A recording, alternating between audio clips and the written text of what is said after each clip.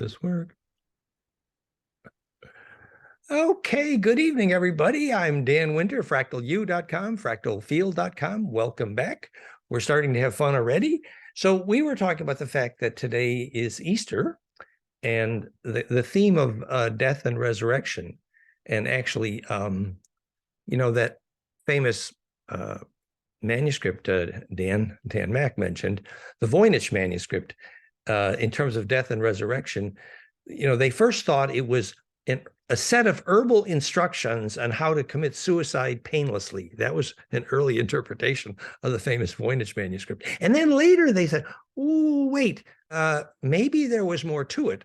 And then this famous, lecture series came out, which said the lost art of resurrection. And I did a recording on that as well, which was basically that one of the major skills of the Templar was to safely initiate people with a very carefully choreographed near-death experience, which in fact was probably herbal. And so that kind of fits the Voynich manuscript story. And, I thought deeply about this, as I've mentioned before many times. My father, he really had a perspective on life, which was incredible. And he had a major near-death experience when he was a teenager, actually. And I realized later that, the heart of gold, that was my dear old dad, in part was he had done the lost art of resurrection, actually. So what would be the physics here of why it is that a successful near-death experience is so initiatory? Obviously, you reach a still point. And at that still point, you need to navigate. And we're going to talk about what you navigate in. You navigate in a media we call the longitudinal array, what Jung called the collective unconscious. And navigating in that arena requires generating centripetal force. And that's one of our themes tonight when we talk about the Star Trek physics. The serious look at Star Trek physics and Stargates is the theme of tonight's song and dance. And we're going to talk about what it takes to steer in a lucid dream, in a Stargate, in a portal, in a near-death experience. What is the steering phenomena, navigation, as it were? How do you steer the time chair at Montauk? So we're going to talk about that in terms of, if we understood the Stargate, the Star Trek physics, we could be more empowered and ready for disclosure. So that's a little intro to the theme of tonight's conversation. But first, Tufan, did we have a couple announcements, you said, right? Upcoming? Sure. Let's go over our next week's schedule. Next week, we are going to have our lecture with Dan again on April 16th. Memories and Lessons with Baki Bento Puharik, Vogel, Arthur Young, Chris Bird, Al Aks, Bearden, Down Memory Lane, Physics of Consciousness, 20th Century Leaders. And then the following week, we are meeting with Teresa Burns about the powerful hypercube. So we have fun lectures to come. And please also don't forget to subscribe to Dan Winter's YouTube channel, and please hit like and share this video so that we can reach out more. This is all about now. Thank you, Tufan. Yes, the YouTube channel is Dan Winter Fractal Field, and we're hot on the trail of 3 million views. So I think our message is getting out there. I'm very happy. Also, that in the first 2 days, the lecture I just did for Michael Sala had 20,000 views in 2 days. So we're cooking here. The interest is there, and it's real, and that's great.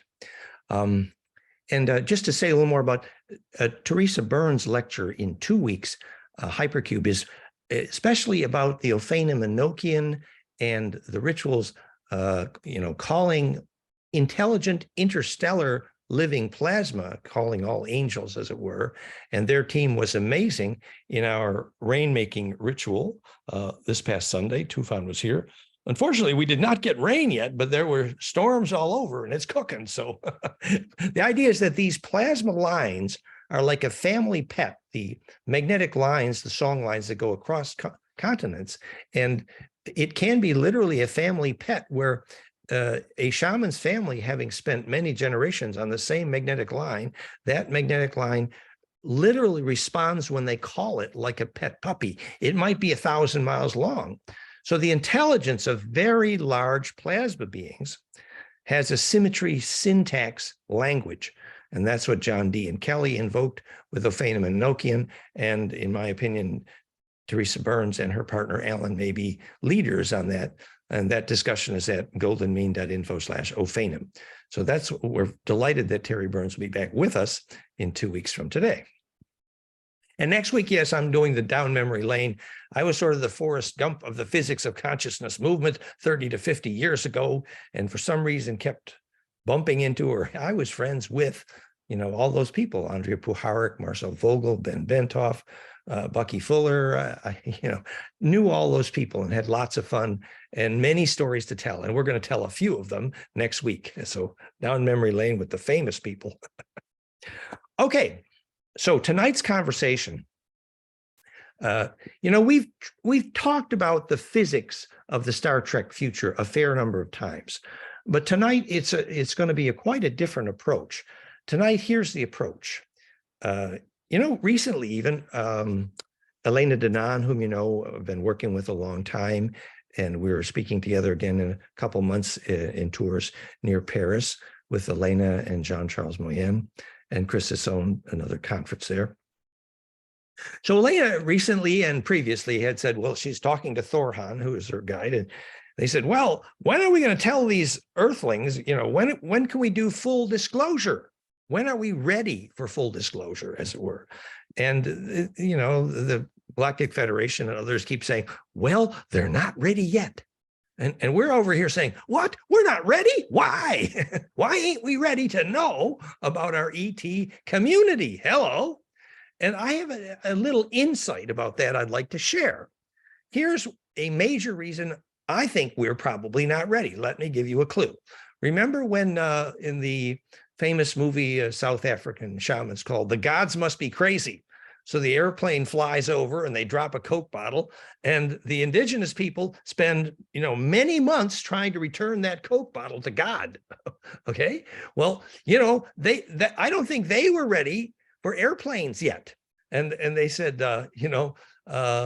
when Columbus first showed up on the shores of the Americas, the natives couldn't even see the boats because it was so beyond their conception of what a boat that can sail across an ocean is, that they literally could not see the boat because there was no way for that to fit in their worldview. Hello, maybe they weren't ready either. Well, we happen to have evidence that, not only is miracle worship and personality worship immature and disempowering. And it's not that it's evil necessarily, for the kids a little while, okay, but, enough is enough. And our impression is, for example, Enki Ea, who we think is back in the orbit of Ganymede there, and we think that, in fact, Thoth Hermes, Veracocha Quetzalcoatl, 9-foot-tall skeleton, has been discovered under Florida. JP reported, and Michael Sal and I discussed that. So Thoth Hermes, who was literally Veracocha Quetzalcoatl, the blonde-haired, blue-eyed, is back, actually in stasis, according to instructions from the navigator, who would be Enki Ea. Well, one thing, though, these guys do not have any patience with anymore is this miracle worship and personality worship, because frankly, it's a pain in the ass for those guys. So how are they going to, meet the locals here? They want to meet us as equals. They do not want any of this stupid personality worship and miracle worship, because it's highly disempowering, highly disorienting, and frankly, it creates religion wars. And it's just, so how are we going to avoid miracle worship and personality worship if we don't understand the most basic things they do?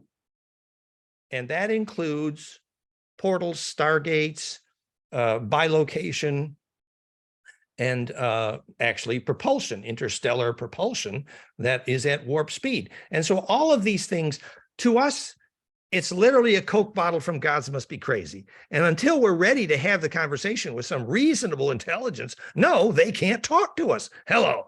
So this is my hypothesis here this evening, is get the locals past the Coke bottle worshiping stage, and then maybe we're worth talking to. This is just my humble little thought.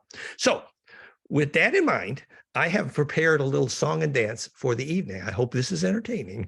Okay, now we click on share screen, and we're going to start. I even have notes and a plan. Okay, Firefox browser. There we are. Hopefully you're seeing my browser.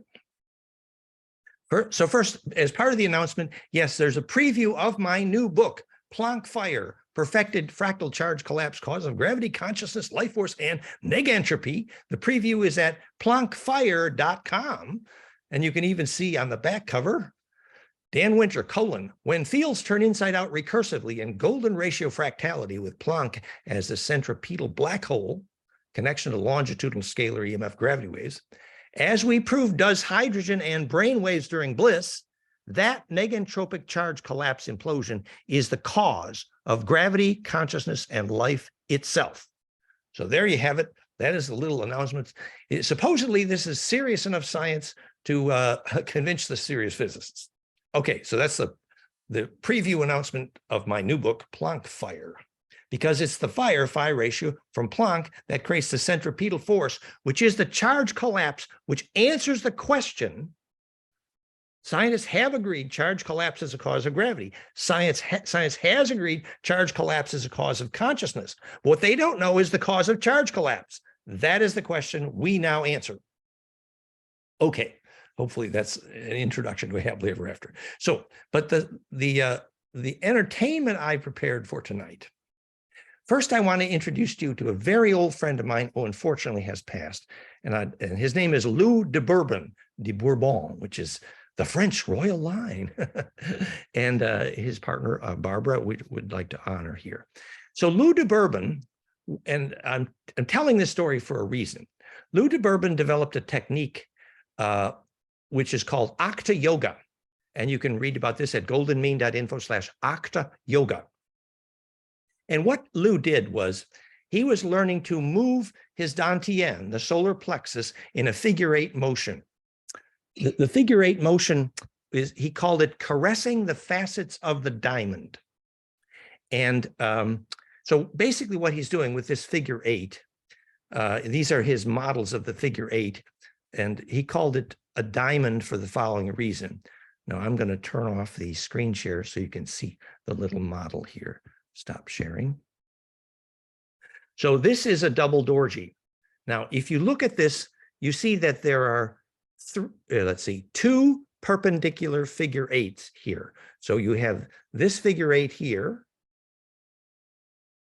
and then you have a figure-8 perpendicular to that here. So this would contain two figure-8 motions. Now, if you did that with your dantian, actually like 3 fingers below the belly button, you think of it as a solar plexus. If you do that, and this is the genius of Lou de Bourbon, so he would take his dantian, you could see him doing it. I suppose if I showed my camera down at my belly button, I don't know if you can see it here, but I'm doing this figure-8 motion very carefully. So if you would do a figure-8 like this with your belly button, as it were, and then you do the perpendicular figure-8, which is up, over, down, up, over, down. So I'm now doing this figure-8 up and down like that, okay? So I've got two perpendicular figure-8s. Now, Lou de Bourbon could do this with extreme grace and quality. And he learned, what this did for him was extreme proprioception. He became an expert juggler. His sense of balance, all these things improved. Now, why did he call it caressing the facets of a diamond? Well, I just completed two perpendicular figure-8s with my belly button, okay? Now, if I were to do the one that goes up and down like this, that would be two more figure-8 motions, up and down, and this up and down. And then if I did this one, perpendicular to that, I would now have a diamond, an octahedron. I would have these 6 points of the diamond octa called the diamond light body, actually. And so he would do 6 perpendicular figure-8s, and he could do them with extreme speed. Now, why am I telling this story? It was extremely evolving to do this. It was powerful, balance, proprioception, implosive centering force, the whole shebang. Very cool. And I want to just share an immensely important parallel to that motion, which is in the keynote here. Let's see. What's that? Keynote, Star Trek Future. Here it is. Yes, okay. There we go. So there's a concept that's extremely parallel to this that is documented to virtually eliminate dyslexia, which is a figure-8 motion called the infinity walk, where you do a cross crawl, touching alternate knees as you walk a large figure-8 to your favorite music. And there's other parts of the ritual. It's very powerful. And if you do it well, your corpus callosum gets hot because you're forcing the blood flow cross-hemispheric, turning inside out, imploding at center. And years of reading skill will come back to dyslexic children frequently when they do this. And the reason is because the sort function is restored with compression at the turning inside out point of the corpus callosum, called the infinity walk. So why did that eliminate dyslexia? It provided the perspective by phase conjugating at the turn inside out point. Turn inside out point is the key word here. So why am I telling you the story?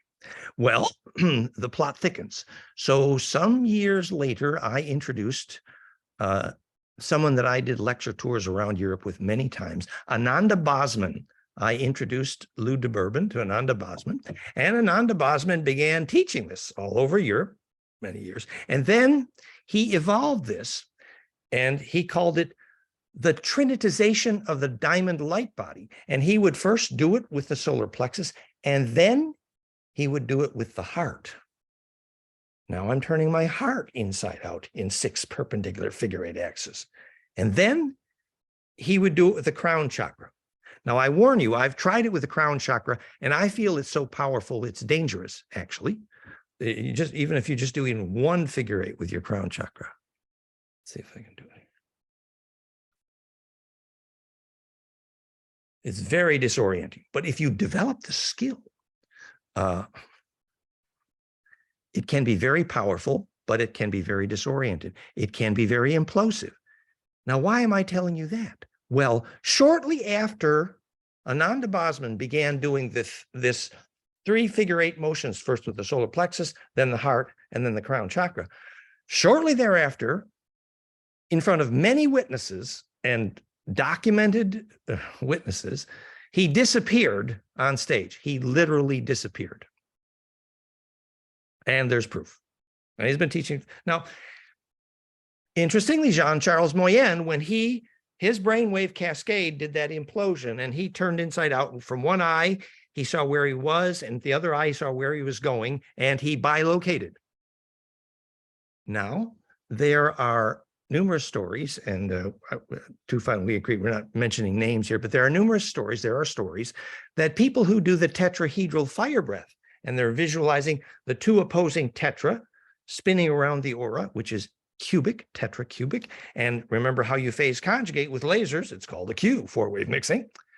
And people who did extreme tetrahedral fire breath meditations have been reported to disappear. Hello. So are we going to do miracle worship around this, or are we going to study the physics? This is our choice. But if it's going to be miracle worship, it's going to be pretty damn disempowering, I think. So I think we need to know what the physics is. Now, the point is that when you establish a vector compression array of lines into an implosion point, visualize, for example, the vortex for Victor Schauberger before it made gravity, or visualize the Mercury vortex in the Vimana Hanabu, Nazi Bell, just before it made vortex, made gravity. The compression lines of the spirals going towards center become implosive. 60-degree light cone, the whole story. And when that compression gets symmetric enough, the magnetic field at the core converts the transverse electromagnetism, which is magnetism going up and down, which is not orderly enough to go very far, actually, to the longitudinal component of the EMF comes out the other side, which has been organized, imploded, and compressed. And the compressional wave, called longitudinal or scalar, comes out the other end. And that is what a gravity wave is made of if you read Tom Bearden's equation. So if you learn how to spit longitudinal waves out the center of a vortex, you got yourself a gravity maker. Ain't that cool?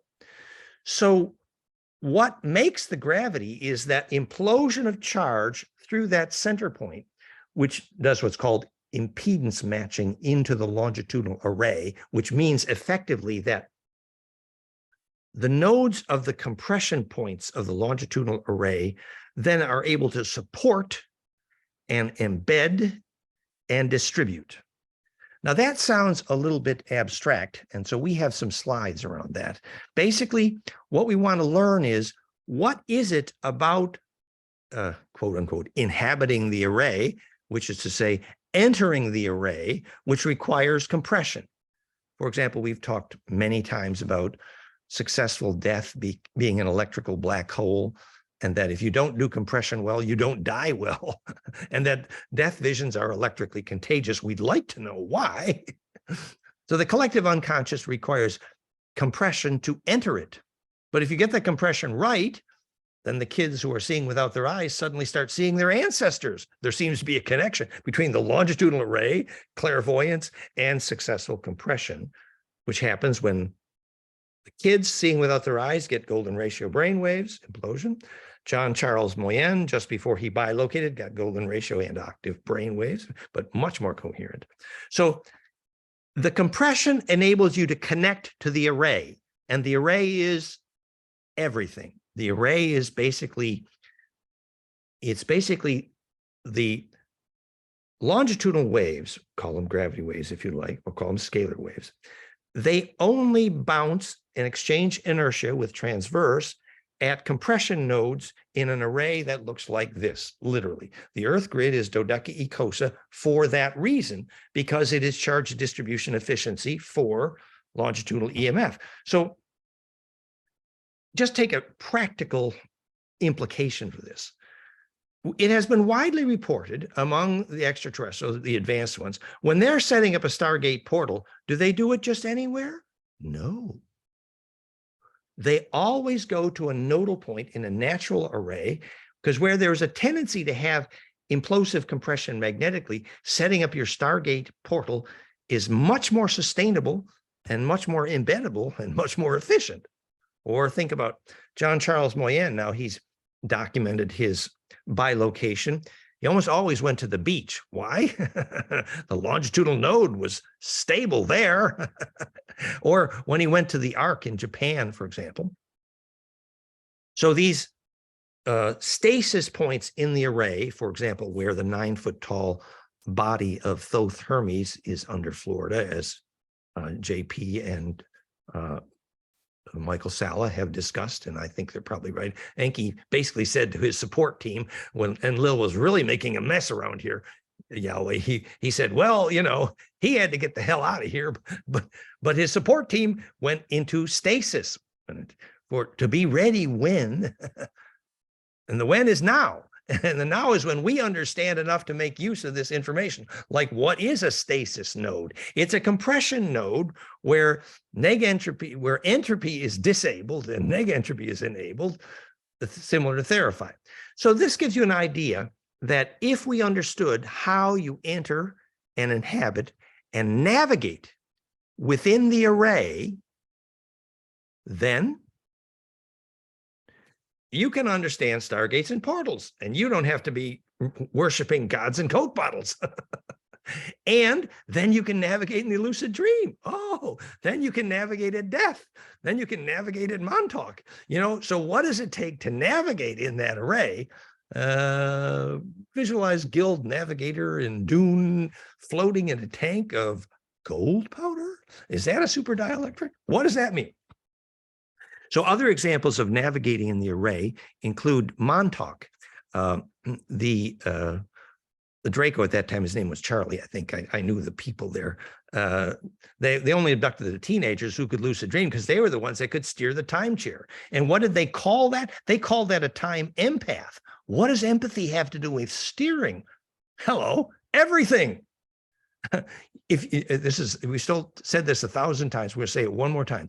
When you watch a shaman steering a tornado and you see the bioplasmic streamers going from his belly and embedding in the tornado, and the tornado falls in love with the shaman because the shaman feels its pain better than he feels his own pain. And you ask the shaman what he's doing. He said, I ate the hoocha, which means I felt the anger of the tornado. The pain of the tornado is wherever its charge is bleeding due to broken fractality, the definition of all pain. Like a tornado going over a metal city is in pain because the charge is bleeding. A tornado at a sacred site is happy because it can implode there. So anywho, the point is the way the shaman steered that tornado was empathy. It was literally compassion. The heart turned inside out, recursively imploded and became centripetal. And that was the new center of gravity of that tornado. Hello. That's why I used to joke with the multidimensional cellular healing people, Ken Page, when they were doing ghost busting, they were interviewing the survivors of Montauk. And I said, oh, well, you were kicking the ghosts out. And he said, no, no, no, no. We're loving them and giving them the centripetal force to enable them to steer. So steering plasma centripetally requires that you feel it from its center of gravity. And that ability to feel is literally plasma embedding. That's what it is. So the slides that go with this now, there's a concept that goes with this idea of how you make a pyramid, for example, or a human implosive. And it's called a phase conjugate pump wave. So we're going back to the keynote of the Star Trek future. And we need slide number 28. Bear with me 1 second here. I want to give you a practical example. When I was traveling with Marcel Vogel, and he would struggle he had his quartz crystals. He didn't understand how to align the facet planes with the molecular. I tried to show him. But when he struggled to make the plant he was connected a plant to a polygraph, as in Cleve Baxter, and we knew them too. And so then the plant would respond to Marcel, and he would use the crystal to focus. Now, what he didn't know was that the way the crystal generated the necessary longitudinal wave to affect the plant requires what's called a phase conjugate pump wave. And in that case, the phase conjugate pump wave that squeezed that quartz crystal in order to make it implode and spit out a longitudinal was his own aura. And it's called a phase conjugate pump wave because it implosively cascades a set of frequencies to the point of squeezing that then the crystal can spit out a massive longitudinal. And we're going to be talking about that in a minute when we talk about the crystal that drives the Excelsior, the starship, using the Cauchy-Fawkes principle, or how pyramids make electricity from gravity. They use the Schumann cascade here as a phase conjugate pump wave. So this is, in blue, the calculated infrasound from the equation Planck times Golden ratio called origin of negentropy, the perfected phase conjugate pump wave, 2.78, 4.5, 7.29, these frequencies up to 19. And on green on the bottom, these are the actual known Schumann harmonics, which are virtually exactly a phase conjugate pump wave. That's why the pyramid was called a Hummer, because it used the Schumann cascade to pump the piezo crystal and dump out a longitudinal. That's why the global pyramid array was on the dodecahedral world grid points. And that's how the pyramid was global wireless power. They had the frequency right, Tesla didn't. They had the nodal geometry right, Tesla didn't. Global wireless power is by definition a fractal longitudinal array. That's what it is. And to embed in there and to distribute, you need to impedance match with that compression. Well, let's take that more literally. Now, I want to go to, well, first, here's the phase conjugate pump wave as it exists in the spine liquid pump. So this is a set of low frequencies called a caduceus. And tonight's lecture is in honor of Hermes Thoth, who's coming back. And that phase conjugate pump wave is called a caduceus in ancient wisdom. So this happens to be the caduceus. In red is a calculated infrasound from just Planck times Golden ratio exponents. And in green is the known harmonics of the spine liquid pump, the tidals, which are the mechanism of bliss and sacrocranial and kundalini. That's how it works. And guess what? Notice that these frequencies of the tidal frequencies of the spine liquid pump is an implosive phase conjugate pump wave. Again, so that's enabling a piezo liquid, your spine liquid, to implode and make a longitudinal. Have you seen your relatives float lately? Valerie did. Well, the idea is, if you pay your debt to gravity, you get more centripetal than the earth underneath you. So just to bring the point home here about the phase conjugate pump wave, I want to give one rather dramatic example. Now, this next picture will be courtesy of Elena Denon. I believe the ship here is the Excelsior, a very well-known Federation starship locally. And I'm looking for slide number 154. So here is a Koski-Frost type piezo crystal up the center column. And here is a super dielectric modeled upon fullerene, which is delivering a phase conjugate pump wave to that crystal. This is called a warp drive. Okay, talk about Stargate physics. Here we are, Star Trek physics. What is a warp drive? You're looking at it. So how does a phase conjugate pump wave cause that crystal to make so much gravity? And that's what we're going to be talking about in terms of what original study of that on this planet was pioneered in the Koski-Frost crystal, which made 800 times its weight in gravity when a phase conjugate pump wave was applied. It's a piezo crystal, and the U.S. government tried to hide the publication, but Elizabeth Donovan resurrected the material, and it became the key subject of her book, Glimpses of Epiphany. And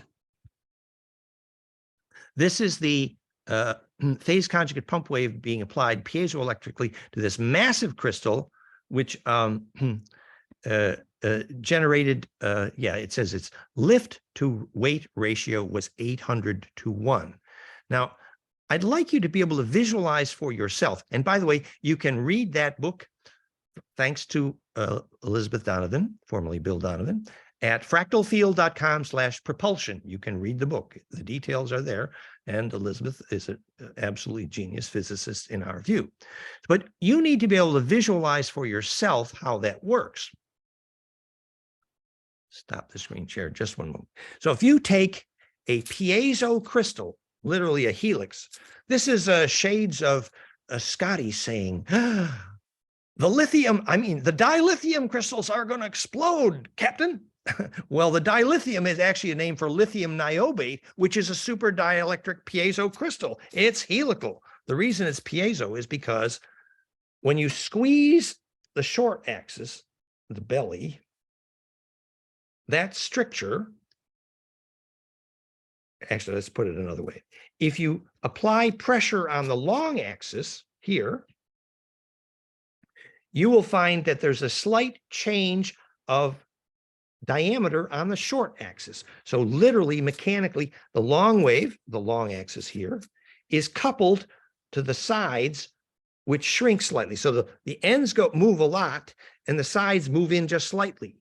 And that connection between a long wave and a short wave of mechanical coupling is the connection between a long wave and a short wave called phone calls to God. I mean, big things to little things. I mean, in the helical piezo quartz crystal, for example, and DNA, by the way, the long axis, you could think of that as mechanical stricture, sound, or phonon in liquid. And the short axis of motion, call that voltage.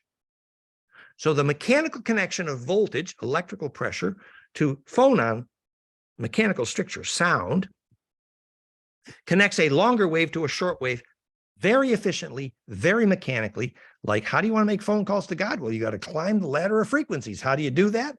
Well, that's why DNA is piezoelectric. Hello, long waves are connected to short waves.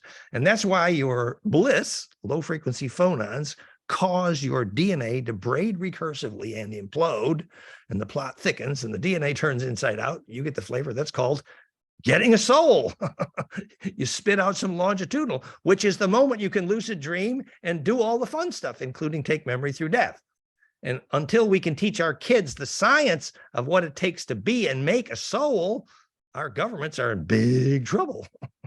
Because until we can teach our kids what a soul is, it ain't going to be pretty, I'll tell you. Anywho, so do you now understand for yourself how a phase conjugate pump wave spits out gravity? This is called the warp factor. Well, actually, what's happening is the phase conjugate pump wave is it can be an RF cascade for radio frequency cascade, for example, and that cascade can drive that implosion if it's tuned correctly to that crystal, and the crystal will massively, implosively cascade the harmonics up the z-axis zipper of the piezo quartz. That's why it was so critical that Marcel be able to identify what the z-axis was. And I was working at IBM that time too. Anywho, that's not the point. The point is that a caduceus-like phase conjugate pump wave driver is imploding that central helical piezo crystal, as in that picture of the Excelsior ship. And that drives that crystal to massive implosion, efficiently converting the local transverse into a very directional longitudinal beam, longitudinal EMF directionally spitting in one direction, which is very similar to what the Egyptians called the Djed Tower, by the way. So the reason that longitudinal EMF output of the helical piezo quartz crystal, literally, we're now talking about what the Atlanteans called the fire crystal. We studied that for years. Edgar Casey called it the Tuoi stone, Tuoai, the fire crystal. Same principle applies. So the reason the output longitudinal is directional, hint, gravity going one way, not the other, is because the enantiomorphism, the handedness of the helix. Well, now I suggest you ask your biology teacher why every living protein on this planet, the helix goes one way only. What's the reason? They don't seem to know. Ooh, this could be a problem. Well, maybe if they knew why objects fell to the ground, they'd have it. Okay. Anywho, you're getting the flavor here that once we understand how this implosion works, and you can create leverage on the longitudinal array. Now, Einstein called it warping space-time. I find that language unhelpful, actually, because time was only a name for rotation rate, spin rate. That's all it names. And of course, spin rate will accelerate when spin rate will increase when you accelerate, because as you accelerate, a certain portion of the charge inertia of the acceleration is translated in vorticity and converted into spin rate increase, because as the spiral goes in, if you push it forward, obviously it's going to spin faster. That's called bending space-time, but it's only a name for the result of acceleration on spin rate only. So once you know that gravity is only a name for that acceleration and nothing else, and you know that time is only a name for spin rate and nothing else, then you can get a little perspective on this. So anywho, the beginning of understanding of the technology of warp propulsion is understanding how implosive phase conjugate pump wave impinge on these crystals. And we're going to go into the rest of those slides here, but Tufan, perhaps we have some questions probably already that would be fun. Sure. So in the beginning, you were talking about the nodes, the dodeca symmetry on the world, having temples on the node points. So a question is about where are the compression nodes on the body? Yeah, well, there's obviously a useful analog here where the acupuncture meridian sites are measured by reduced electrical resistance. Now, the replicability of the original acupuncture studies improved when they used impedance AC voltage rather than simple DC voltage to measure that resistance. But the point remains that the acupuncture nodes are identified by reduced resistance between them, which is a very good clue that they're in fact compression nodes. So they are charge distribution efficiency enabled and embodied. So you have a pretty good map right there. Another one from Astro. Is Planck's constant really a constant? If not, what are the implications? Well, you know, since it's pretty close to 1.61 times 10 to the minus 33 centimeters, there has been speculation that this could be ratio instead of pure scale. But if our idea of pure scale, there's nothing closer to pure scale in all of physics than Planck. But if our idea of pure scale is only ratio, then then we could be moving apart at the speed of light from each other and not know it because it's all relative. But that's speculation. I think from the point of view of physics, Planck is absolute scale, and the fact that it's the same for 1 billion light years in all directions is a pretty good indicator that it's actually Planck, not the Big Bang, that documents the starting point of all of physics, actually. But anyway. Another one from Dan Mack. I think you were talking about the Schumann harmonics creating the frequency effect through the pyramids. Could this pump wave be generated with a bifiller wound induction coil with crystal inside the coil? There are hundreds of ways to generate an implosive phase conjugate pump wave. It can be done magnetically. It can be done electrostatically. We're doing it. In fact, phase conjugate magnetics is what comes out of the bifiller Tesla coil of Therify.net. And Elizabeth Rauscher credited me for inventing what phase conjugate magnetics is when I showed that her frequency signature for pain reduction using magnetics was phase conjugate to Planck. So yes, there's lots of ways you can do it: inductively, capacitively. But the core is, remember, the difference between magnetic flux and voltage is, you know, when it's all the same flux of charge. That's what it is. Now, if you're measuring that flux this way, in and out, you call that voltage. If you measure what's perpendicular to there, that you call it magnetic flux. But are they ever separate? No. It's the same stuff. Okay, Ajda asks, what about the arc crystal of Nassim Haramein? There's significant growth in test group plants as opposed with the ones without the crystal. The crystal exposed plants also need less water, but triple the growth size. That's true. I think he had a useful intuition there. And if the phase conjugate pump wave were amplified in that environment, the key is that that crystal has to be approaching a super dielectric. And then if the dimensions are tuned to my equation, so there's 100 ways we could optimize that now that we understand the physics. Kat says, what exactly do you mean about Enki Hermes thought being back? In what way, in what form?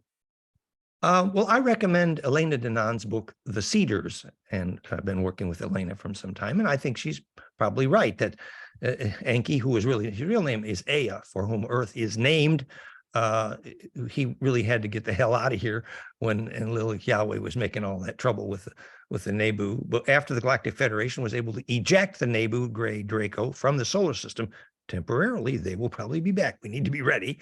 But then Enki was able to return with really what was the core of the Anunnaki fleet ship in the orbit of Ganymede, we believe.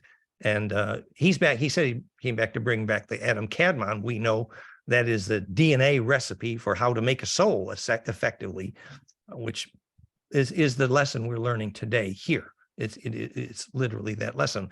When scientists say it was junk DNA because they don't understand how it was involved in coding, the fact is that what they call junk DNA was actually the spacing necessary to enable the DNA to have phonon implosion, which is how you make a longitudinal wave. And that's literally, identifiably how you lucid dream and get a soul, that longitudinal coherence field, literally. We know because Therify.net, making longitudinal replicably creates lucid dreaming. Hello. And that replicably predicts who's taking memory through death. So as an electrical engineer, I say that's what it is to have a soul, that coherence. And what takes it out of you is all the damn electrosmog because your government doesn't know what a soul is. So would you please tell them? Another one from Dan Mac. Would this be like Birkeland current dynamics? I think you were talking about the frequency, long wave getting longer, short wave getting. Yes, it would have everything to do with Birkeland current, which I would guess there's some element of piezoelectricity in there, and there's a perpendicular relationship, and it's a lovely story. And I don't think we have time for that here. And I'm really not an expert, but I'm sure that's a very useful metaphor. Absolutely. How is the direction of DNA helix established? What is the starting point of axis from Dan Mac? Biologists have speculated For decades, why is every single living protein on this planet a stairway that goes one way only? Oops, who planned that? I think one of the best speculations, and I would regard it as unproven, as we've discussed before, is that when lightning causes primal soup to become proteins and DNA precursors, one kind of lightning helps and one kind of lightning don't help. And what's the difference? Well, if you take DC polarity and you understand that one is more centripetal than the other, plus and minus, yin and yang, the difference, one is more centripetal than the other. And that difference means that, for example, electronegativity in general is described as a mini black hole. Is that a clue to which direction of DC polarity is centripetal? If a negative electron, electrical negativity by definition is a bit of a black hole, that defines centripetal force. So that polarity of lightning that is centripetal can drive the proteins together in the vortex. Whereas if the DC polarity of that lightning was centrifugal, it would blow them apart and we'd have never had DNA. So is that a clue? Anywho, again, this is speculation. We discussed this at goldenmean.info/magnetics, where the difference between yin and yang. For example, another clue is the side of a magnet that will increase healing rate and increase pain, the centripetal side, positive side. You take the opposite side of the same magnet and apply it to your toothache, it will reduce the pain because it will unpack. It will reduce the pain, but it will reduce the healing rate. So the centripetal side of the magnet increases pain and healing rate by focusing it. So if you read the literature on using magnets to reduce pain, you learn which polarity of a DC magnet is centripetal and which is centrifugal. Ertan asks, is there a way to detect the compression nodes visually similar to GDV? The GDV is measuring the sacred space where the Kogi made phone calls to ancestors by measuring charge distribution efficiency in air. Korotkov and I discussed and agreed on that. The measurements of sacred space he did is very parallel to flameinmind.com/lifeforce, where we measure sacred space. When we measure harmonic inclusiveness, he measures fractality in air, and it's functionally the same thing. It's simple. The measurement of sacred space is, if you got a spark, does it have someplace to go? That's it. That is the definition of sacred space. In sacred space, if you got a spark, it distributes like a fractal. It's called St. John's Day, when the lightning goes down the mountain. Perfect fractal distribution. John means yang, perfect branching. So charge distribution efficiency is a measure of sacred space. That's absolutely true. And the only place Kogi could make phone calls to ancestors and where Korotkov measured telepathy was possible. Charge distribution efficiency at the compression nodes. He measured it with a capacitor measuring how far the spark would distribute. We measure it by taking a power spectra of the weak capacitive field, but in effect, we're measuring the same thing, which is charge distribution efficiency. And if you translate that word, it literally means Hey Ave, heaven, plains of Sharon, Champs-Élysées. What is heaven? It's a place that's fractal enough to have charge distribution efficiency, and you're going to feel good there. Okay. Has the Kovsky-Frost experiment been reproduced recently? Is this extremely secretive or what? It is our impression that the US government exhaustively stole the documents out of every university library in America. So I don't think it's been replicated. No, that's our impression. Just like the US government steals the majority of new patents in these areas. Hello, but that's another story. But, and you know, this isn't all conspiracy theory. We think the US government is going to wake up. In fact, we have reason to know that some of the people that have been the bad guys in the US government hiding these things are now actively trying to make this shareable, because they know that we can't wake up as a group unless we get some education going here. So I say there's hope. Last question.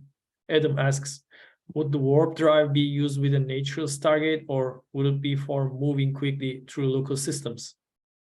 Yeah, see, I'm not sure I can answer that question exactly, but what we can say is the navigation function here is exquisite, meaning you must have a perfect match in the frequency signature of the send point and the receive point.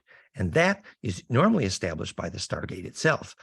Beam me up, Scotty. There's no intelligent life down here. Well, what did he? The beam up process requires that phase lock match, and that requires that impedance coupling. So you're literally, and the other thing to know as we're having the conversation is, we think one of the reasons literally that Swaru Gosha lost her soul really and became AI and really the bad guys, ooh, it's messy, was too much Stargate travel, too much time travel. Every time you do this, there is a price to pay. And so doing this coherently requires intense planning, intense organizations. Remember, while we're on the subject of how this was navigated, it was Elizabeth Donovan who explained this to me, actually, that the sailors on the Philadelphia experiment with that time travel, and Johnny von Neumann went nuts in the process, but if they had phase conjugated accurately from the coils on opposite sides, but they didn't even couple the generators, they really didn't get it right. But anyway, two things. The ones who got caught in the hull and couldn't navigate coherently in the array, they were not the lucid dreamers. Second point, most of the sailors who got accelerated in time travel in that implosive moment, Philadelphia experiment, they ended up at the bar. I think it was New Jersey or Philly, wherever it was. They ended up together at the bar. They were all dreaming of wanting to go play at on their leave time the following weekend. In other words, their dream intent controlled where they went. What does that tell you? It tells you that there's a navigation function here, and you need to learn it to navigate in the array. And that's it. Actually, Dan Mack mentioned before he was, did you say you were painting your hand, Dan? Oh, you're muted there, Dan. Yes, it's an exercise. It's one of the first exercises you do with Eric Pearl's Reconnective Healing. This is his latest book, and you sit down, and what I'm doing is you stretch your hands out, your right and your left hand, your palms, stretch them out, a little bit of tension. Then you stare. Well, for me, I'm right-handed. I stare at my left palm, and then I focus on the palm, and then I start moving, right? And you have to practice it, but I can literally feel right now, it's like my right hand is like a spray can of paint, and I am literally painting. I'm painting a circle on my palm, and then I can do this, and then I can do that and do an X, and I can feel that subtly in my hand. And it works, even though it's behind my head, I still feel it. But I've been practicing this now for, well, going on 3 months. So it didn't start off right away, right? But when I first started it, I felt an inkling. And That's then, beautiful. you know, I also with a bifilar wound coil, this was a long time ago up on Whidbey Island anyway, but we took a bifilar coil and a piece of Met glass, and we had just a boilerplate frequency generator, and we tuned to around the Schumann resonance frequency, and then we took the Met glass and we put it in the induction coil, and these aren't very expensive coils, right? And when we got a tone on just a battery powered Radio Shack speaker, we used hot glue and we froze that place. Then we hooked it up to the old 300 baud modems, because we got just like a huge cardboard box, and we sent them out to friends all around the country. And whenever there's a UFO, and we used to say, well, whenever you find a field with a burned circle in it or mysterious lights, anyway, that frequency would tone in the bifilar coil. And that's just, if you want to know if UFOs are in your area, that's what you do. Thank you for a very helpful story. Yes. And the point, so we should make 2 points here. The point is around the issue of what enables compression. In the case of the bifiller coil, remember, the bifiller means, for example, a Tesla coil, its bifiller means it generates both ends of the 180 degrees out of phase, hopefully phase conjugate pump wave, enabling longitudinal propagation, which is the communicator, literally the perfect modem. Longitudinal propagation ultimately replaces all forms of modems, and it is the modem connection idealized. That is the array. That's why you heard the ringing, actually. But back to the point we were starting to make there with your beautiful example of painting your hand. So the reason looking at your hand inside a lucid dreaming is waking you up in the dream, as we have discussed before, is because your hand, of course, has the maximum amount of mapping on the homunculus brain surface, meaning that when you look at your hand, you're starting the most dense possible reconnective healing. Oh, that's the name of what they call this. We are starting the reconnective process of imploding the do loop between your hand and the map of your hand on your head inside your brain. And that is a recursive do loop. And suddenly it's not only in your head, it's actually imploding from within and without. And that's a tightening loop that increases charge density. Ah. And that implosion, that literally success at compression, is what starts to exude, propagate coherent longitudinal better from your aura. And that is the moment you wake up in the dream, is because that's when you get leverage on your inhabiting in or embedding within the longitudinal array, what the Aboriginals called dream spell. They were lucid. It looked like they were sleeping, but they weren't. They were moving magnetic lines 100 miles away with their eyes closed. That's a dream spell. That is a dreaming track. That is coherent longitudinal from your aura. And that is a difference between humans with a soul and humans without a soul. So let's learn the story of the Mori. So it's beautiful that you're studying the ability to compress the aura using your hands. And it relates beautifully to the Gurdjieff notion. We can't begin the sacred gymnastic until you can put enough density of attention in your baby finger to cause it to tingle. And when it starts tingling, then you're ready to do the sacred gymnastic, because you can steer the plasma into the longitudinal array, basically. So now, I think that's our excuse to finish the slideshow here, actually. In the middle part of this lecture, we now know what a phase conjugate pump wave is, and I wanted to show you the example from what a phase conjugate pump wave is in the Therify, for example, slide number 65. So this pump wave can be your brain waves during bliss. It can be the Schumann harmonics, but it has to be implosive. Otherwise, there's no longitudinal coherence propagated, the Ba from the Ka, the Kesjan body, the rainbow light body. This is the phase conjugate pump wave in Therify.net right here. So these frequencies on the bottom, 3, 10, 32, 80, that's what Antoine Priory used. And when we recognized that Priory got very close to my equation, the equation is here, 2.78, 4.5, 7.29, 11.8. Those are the frequencies exactly Planck times golden ratio. Below is the approximation that Antoine Priory used and healed thousands of cancers. The day we saw this is the day I started building Therify.net. Okay, so that's a phase conjugate pump wave, pumping down to the Planck threshold right here.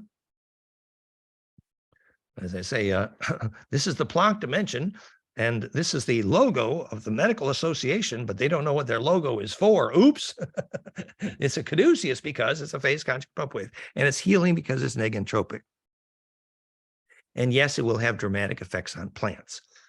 So, and the reason it causes plants to grow is because they require centripetal force. Centripetal force is basically what causes a seed to germinate. A lot of stone circles and pyramids were originally built primarily to charge the seeds. So here is Jean-Charles Moyen, as we've discussed it before, massive coherence from alpha in green to gamma up top here, 48 hertz, I think. And here's the octave harmonics in pink and the golden ratio harmonics in blue. So massive coherence. We had to turn down the gain. So just before he bilocated, and then he said, I saw where I was in one eye and I saw where I was going in the other. What was happening? He literally electrically turned inside out. This is the pinhole camera idea, but that is a conjugate point of scintillation at the center. And at that center point is where you couple and connect with the array at the center point. And if you couple with the array efficiently there, then you can navigate. But to navigate requires, another metaphor of navigation here is the guild navigators in Dune. They're essentially lucid dreamers. The navigator, as we said at Montauk, is essentially one who is skilled at lucid dreaming. So this is why, whether it's Schumann harmonics here, or brainwave harmonics here, or sacrocranial harmonics here, they're all ideally precisely phase conjugate pump waves by equation, my equation. And this is another excellent example. Here is Mei-Wan Ho stating that space-time in general has to be fractal and have quantum coherence and golden ratio. She didn't know why. It's because only in that way can the longitudinal compression nodes be stabilized. This is why the dominant geometry of all orbital mechanics is golden mean ratio, because otherwise you don't get stable gravity, because you don't get stable implosion. So this is a massive proof of the fact that the array is the nature of space-time itself, and the ability to propagate in that array is the critical part. So now we finish here on the physics of stargates briefly. So, and then we'll mention the difference between impulse and warp propulsion. So as we've said recently, as Elena reported, the Earth did, in fact, as I predicted, become the vaccine in the Orion Wars, because the tall grays that tricked Eisenhower, that were captured here by the Federation, were frozen before the Nebu gray hive queen in Orion could disconnect them. And so the genius local programmer was able to insert a virus into the Orion queen, hive queen gray, and she died. And the entire Nebu Federation controlling the Orion Stargate dissipated. And so now all the local queens, remember, these are these are hive queen cultures. So they're now being restabilized by the Federation. The point being, the Stargate in Orion, which is the best one in the galaxy because it's got the most compression, I mean gravity, is now no longer controlled by the bad guys. Ain't that cool?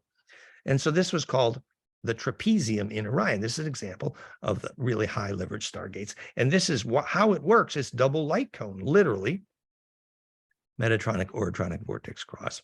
And so this is the, why Alnitak and Al-Nilam are basically the star map of all the pyramids on Earth of Orion, because it's not about politics of who controlled that Stargate. It was about the fact that it is the most powerful Stargate locally, because it's the most broad spectral phase conjugate implosion. So that angle, as Charlie sees, we've talked many times, was a 76-degree angle at the pyramid, because that's how you make a vortex implode by golden ratio here. The 76 degrees was the base angle of the Egyptian pyramids and the peak angle of the Russian, I believe. So down that golden ratio light cone, there's translation vorticity, and that's how transverse on the left becomes longitudinal on the right. And that's how you make gravity, because you've answered Einstein's dilemma. He knew there had to be non-destructive compression, and he knew there had to be a way out at center for charge non-destructively. What he didn't know is how the longitudinal array enables action at a distance, and thus enables a distribution of that charge going faster than light. Actually, golden ratio multiples times the speed of light per Professor Raymond Chow's measurements. So into that array, inhabiting that array requires that implosion. And this is just a little animation. The longitudinal waves are compressional, unlike the transverse, whose movement is perpendicular to the direction of propagation. And only the compressional longitudinal scalar waves, when they impinge at center, can cause implosion. Hint, gravity. So when you line up those vortex here, in Schauberger's case, piezo, you got gravity at the center, and you got a voltage difference between the widest point and the narrowest point. The device made voltage from gravity because of the pressure difference. The pressure difference existed because the vortex cone imploded charge into longitudinal at the bottom center point. And when there's a way out for charge into the longitudinal array at the bottom center point, that's called gravity making. It's literally the key to all zero-point energy, for example. And so we talked about the fact that, Kepler was right.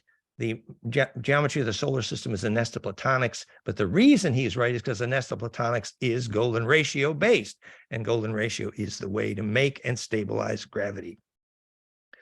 Here's another picture of the double light cone of Orion. This is a Japanese woodcut, but basically this is a mechanism for plasma propulsion. And this is a mechanism for plasma propulsion, the Egyptian Jed. So the direction of the plasma propulsion enabled gravity making and energy generation. And so the Jed Tower was based on golden ratio. And the ancients used that then, the plasma projection into longitudinal for negentropy. This was their age reduction device. The major complaint of all the Anunnaki when they got here was that they started aging prematurely, and they called it raising a shem unto the Lord, mistranslated to being raising an altar in a church in the Bible. Wrong. No, a shem unto the Lord is a name for a device which creates an electric field which reverses aging. That's what a shem unto the Lord is, from the word chem, Shem, which is the original name for Egypt, place of the blue-black blood, more than the blue-black soil, the place of the black hole, Alchem. So that plasma tech on the pyramid wall is what is today Therify.net. It is a age reduction device. The reason they aged catastrophically when they got here was because the atmosphere was less conjugate than they were used to. So the Vimana Nazi bell is basically, you take a double cylinder, and the mercury between the cylinders is doped with a special wetting agent to enable iron powder to be soluble in the mercury, enabling magnetic flux permissivity to be parallel to the hydraulic inertia of the high specific gravity mercury. And that red mercury then is between two counter-rotating cylinders, a very high velocity vortex. And when the angle of that vortex is correct, the magnetic implosion in parallel to the hydraulic implosion spits out very strong directional, longitudinal, and gravity. The equations for optimizing the ratio of these turns on the torus for gravity making are introduced, not completed, but introduced at fractalfield.com/propulsion. So as a test to see if you now understand, ask yourself, how does the famous EM drive here? You see the EM drive, it's a trapezoidal cylinder. But the microwave that's bouncing around inside, if that cylinder were perfected using my equation, the amount of gravity made would increase because the microwave would cascade and phase conjugate accurately at the vortex point, increasing the amount of gravity made.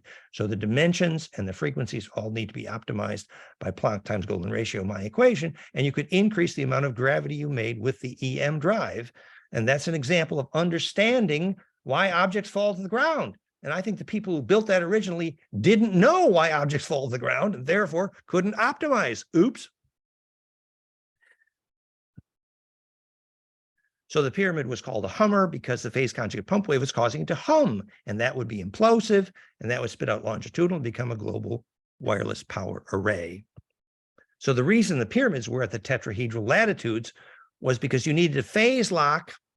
You needed to grab the hold of the planet by the tetrahedral latitudes and embed planetary rotations into zodiacal rotations by phase conjugate ratios to stabilize gravity and atmosphere. That is called planet taming, and I recommend the book 2/3 by David Myers and David Percy, discussion, goldenmean.info/Babylon. So what they meant by planet taming was getting orbital dynamics in phase with conjugation to stabilize gravity and atmosphere. And we desperately need that skill today. Hello. Do we have a problem with gravity and atmosphere? Absolutely. This is the famous Cuvier drive. And you see if there was an implosive crystal at the center, it'd be a lot more efficient. And what they call warping space, you now know what that is. You're literally surfing the imploding charge.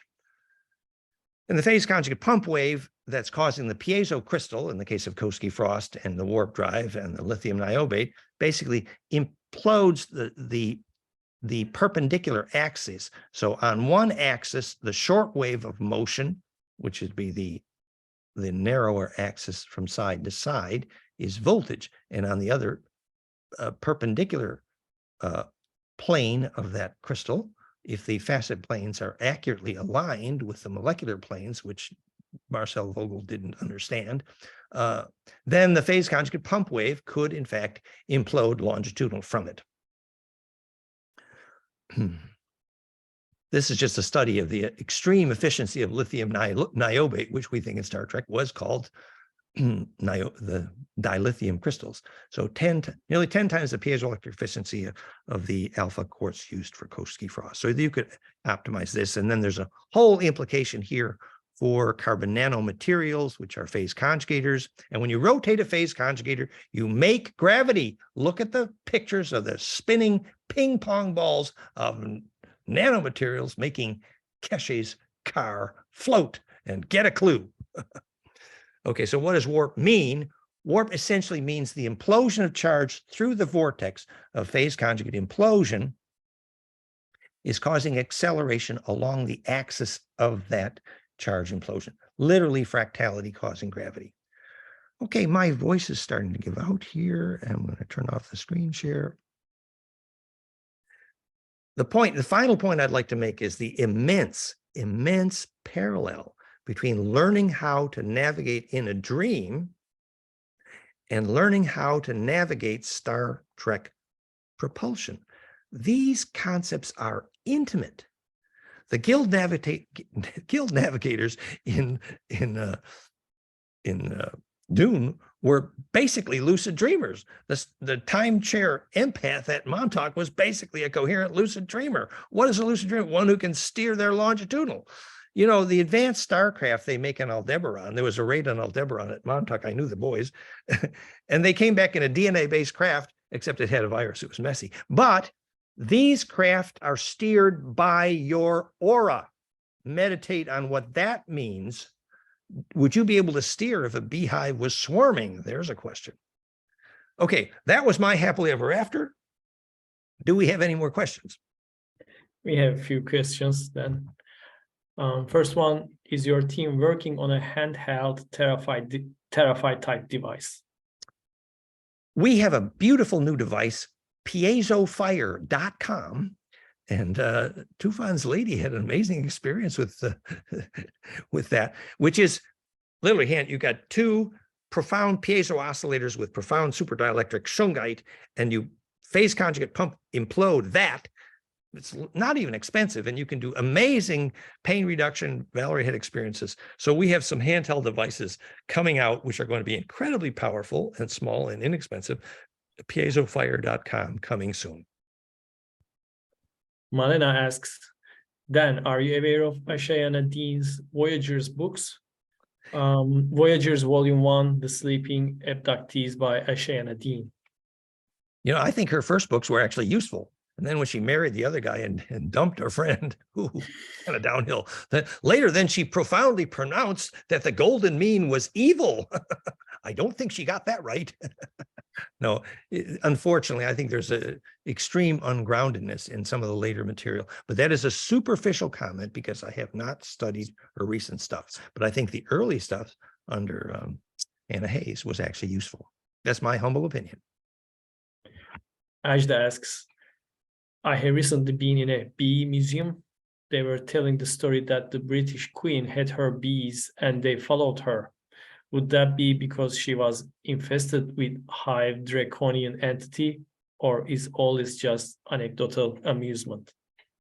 No, I think the ancient royal blood, in part through the royal line had amazing implosive power. And any set of beehives that's been with a family for many generations, if there is a shamanic witch in the family, those bees will follow that woman and should. And the physics is teachable because longitudinal coherence is how bees navigate, absolutely, which is why they need royal blood to navigate. And, I know there's a lot of speculation about Queen Elizabeth being a shapeshifter and evil. Well, I think the royal lines were, as Lawrence Gardner accurately reported, in part descended from Merovingian, Merove, meaning the bees.